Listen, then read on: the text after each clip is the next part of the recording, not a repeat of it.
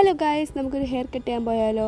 അപ്പോൾ എനിക്കല്ലാതെ എൻ്റെ അടുത്തുകൂടെ വരുന്നില്ലേ, ഈ കൊച്ചിനാണ് ഹെയർ കട്ട് ചെയ്യാനുള്ളത്. അത് കുറേ ആയിട്ട് പറയുന്നത് ഹെയർ കട്ട് ചെയ്യണം. അപ്പോൾ നമ്മൾ വിചാരിച്ച് ഇന്ന് അങ്ങോട്ട് പോകാമെന്ന്. പിന്നെ നടന്നാണ് പോകുന്നത്, വലിയ ദൂരമൊന്നുമില്ല, ദേ കാണുന്നില്ല, അത് തന്നെയാണ് കട. കുറച്ച് ദൂരം ഉണ്ടായിരുന്നുള്ളൂ. പിന്നെ എൻ്റെ ഫ്രണ്ടിൻ്റെ അമ്മയുടെ കടയാണ്. ഇവിടെയാണ് നമ്മൾ സ്ഥിരമായിട്ട് ഹെയർ കട്ട് ത്രെഡിങ് എല്ലാം വരുന്നത്. പിന്നെ ഇതെല്ലാം കാര്യം എല്ലാവരും നമ്മളെ വീട്ടിൽ നിന്നുള്ള ആൾക്കാർ തന്നെ കേട്ടോ. എല്ലാവർക്കും ഹെയർ കട്ട് ചെയ്യാറുണ്ട്. അപ്പോൾ ഞാൻ ഫസ്റ്റായിട്ട് ത്രെഡ് ചെയ്യുന്നുണ്ട്. അത് കഴിഞ്ഞിട്ട് ഒരു സ്പാ ചെയ്യാൻ വേണ്ടിയിട്ട് എൻ്റെ അടുത്ത് പോയി വാഷ് ചെയ്യാൻ വേണ്ടിയിട്ട് പോകാൻ പറഞ്ഞായിരുന്നു. പിന്നെ അവരൊക്കെ അപ്പുറത്താണ്, അതുകൊണ്ട് അവരുടെ നിന്ന് വീഡിയോ എടുക്കാൻ എനിക്ക് പറ്റിയില്ല. എൻ്റെ അടുത്ത് വേറെ റൂമിൽ വെച്ചാണ് എൻ്റെ ഹെയർ കെയർ അതൊക്കെ ചെയ്യുന്നത്. പിന്നെ എന്നെ ക്രീം ഇരുത്തിയ സമയം കൊണ്ട് വാവ ഓടി വന്നിട്ടുണ്ടായിരുന്നു. പിന്നെ അവളുടെ 2 വീഡിയോ എടുത്തു. പിന്നെ എൻ്റെ അടുത്ത് അടങ്ങിയിരിക്കാൻ പറഞ്ഞപ്പോൾ ഒരു അടക്കവും ഇല്ലാതെ ഞാൻ ഇറങ്ങി നടക്കുന്നതാണ് നിങ്ങൾ ഈ കാണുന്നത്. അപ്പോൾ അപ്പുറത്ത് പോയപ്പോൾ ഇവളെ ഹെയർ കട്ട് ചെയ്യാത്തതിൻ്റെ വിഷമമാണ് അവളിപ്പോൾ എൻ്റെ അടുത്ത് പറഞ്ഞത്. കാരണം അവൾ മുട്ടിയിരിക്കുകയാണല്ലോ.